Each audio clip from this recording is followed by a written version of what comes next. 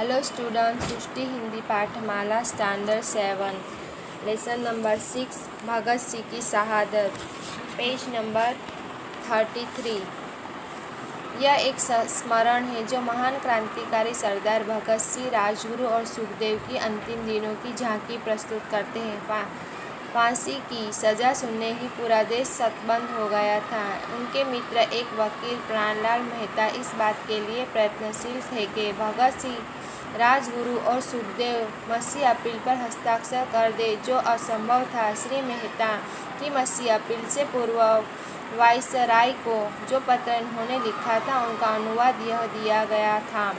21 मार्च 1931 की सुबह लाहौर के एक प्रमुख वकील को दिल्ली से श्री आसिफ अली का टेलीफोन आया। वह सज्जन भगत सिंह, राजगुरु और सुखदेव आदि क्रांतिकारी कैदियों के लिए निश्चित कानूनी सुरक्षा समिति के अध्यक्ष थे। उन्होंने राष्ट्रीय नेताओं के एक बैठक बुलाई और बताया कि महात्मा गांधी ने हाल ही में लॉर्ड इरविन से जो यह अपील की है कि भगत सिंह और उनके साथियों की फांसी की सज़ा रद्द कर दे, इस पर वायसराय सहानुभूतिपूर्वक विचार कर रहे हैं। आसिफ अली साहब का कहना है कि इस समय यदि भगत सिंह और उनके साथी भी शीघ्र ही एक पत्र मसी अपील वायसराय के पास भेज दे तो उनकी प्राण रक्षा निस्संदेह हो जाए। यहाँ तक तो सभी सहमत थे, पर सवाल यह था कि सिर पर कफन बांधकर फांसी की तख्ते का इंतजार कर रहे इन बहादुरों को मसी अपील करने की बात कहने की हिम्मत किसमें है?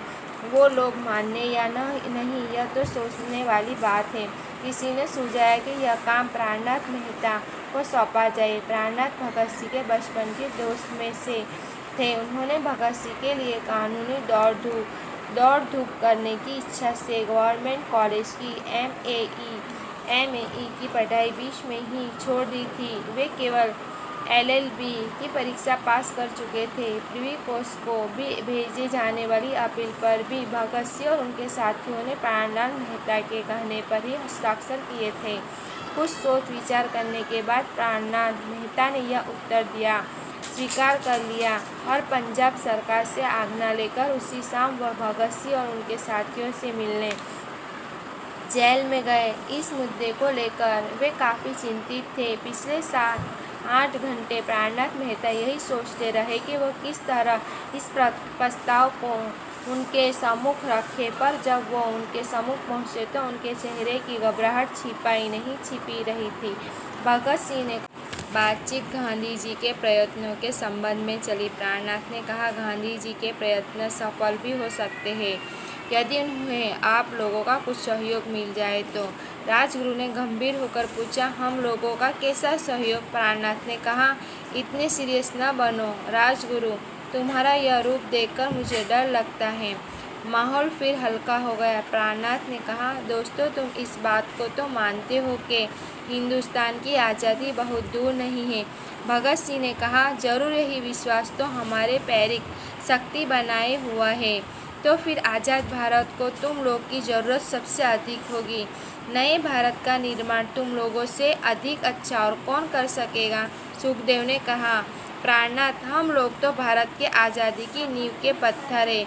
ऊपर की इमारत तो बाद के लोग बनाएंगे, उसकी चिंता करना हमारा काम नहीं है। भगत सिंह ने मुस्कुराकर कहा, यार, वकीलों वाली बातें छोड़ो, सीधे तौर से बता तू क्या कहना चाहता है? यह कि तुम्हारा जीवन कौन की थाती है और कौन चाहती है कि तुम गांधी जी के हाथ मजबूत करने के लिए वायसराय के नाम पर मसी अपील भेज दो। तीन के चेहरे एकाएक गंभीर हो गए। राजगुरु ने कहा, प्राणनाथ, तुमसे हमें यह उम्मीद न थी।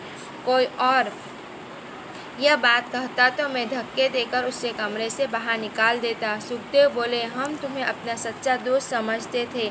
प्राणनाथ, यह बात कहने की तुम्हें हिम्मत कैसे हुई? भगत सिंह ने आंखें का इशारे से अपने दोनों साथियों को चुप किया और बड़ी शांत आवाज़ में पूछा, किस तरह की मसी अपील तुम चाहते हो, हमें समझाओ। उत्साहित होकर प्राणनाथ ने कहा, मुझे गलत मत समझो मेरे दोस्त, हम लोग ऐसे कुछ नहीं चाहते जिससे तुम्हारी बहादुरी को हटा लगे। आज रात हमारे कमेटी के बैठक में ड्राफ्टर बनाना जाएगा जो मैं कल सुबह तुम्हारे पास लाऊंगा। भगत सिंह ने मुस्कुराते हुए कहा, मसी अपील में तो हम भी बना सकते हैं, मगर यार हमारे मुकदमे में तुम्हें एक कामयाब वकील जरूर बना दिया है। 22 मार्च 1931 की सुबह रक्षा समिति द्वारा तैयार ड्राफ्ट लेकर प्राणनाथ पुन जेल में पहुंचे। भगत सिंह ने हंसते हुए कहा, यार जाने भी दो, हम लोगों ने तो मसी अपील भेज दी है, अधिक देर करना ठीक नहीं था।